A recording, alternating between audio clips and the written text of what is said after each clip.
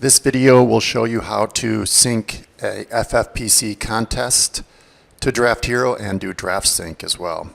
First step is to add the browser extension, which works in Edge and Chrome on PCs and Macs. Very easy to add. Go back to Draft Hero and refresh the page so that it loads that extension. You'll see the button is gone. Go to myffpc.com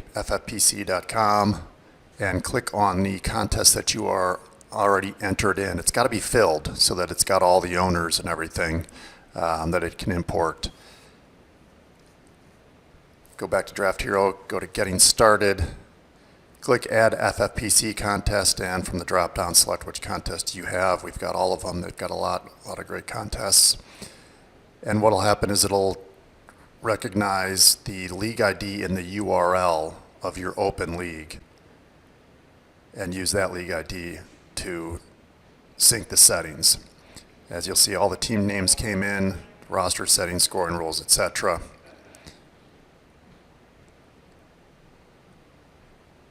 The draft order, however, in the league homepage is different.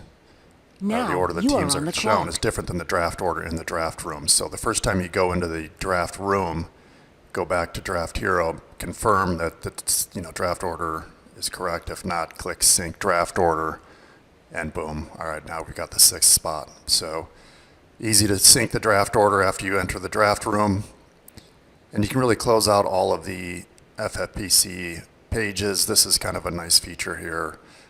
When you click Start Sync in Draft Hero, it shows you the 2 pages you need open to sync with FFPC. The draft board, which is where Draft Hero reads all the draft picks from, and the draft room, which is where you obviously have to enter your picks on FFPC. You can't enter your picks on Draft Hero. Just the draft sync just imports picks, and it does so from the draft board. So you've got to have both of those views open. As you see, it synced all of the first picks. We're on the clock in the 2nd round. And now we can use all of the advanced information and rankings and projections and draft plan in Draft Hero. The draft plan is particularly my favorite. This is kind of a new feature from last summer. It shows you your optimal roster, and it shows you all of the players picked in each of the rounds. So you can see where players are being dropped, where they're going to be drafted. You can target players. You can target positions. The orange players are the optimal ones. Let's say we don't want Dak Prescott, we can avoid him, and the optimization engine says, all right, change all these picks and now take Jalen Hurts in round 5 as opposed to waiting on Dak later. I don't want Alvin Kamara this year, so avoid him, boom.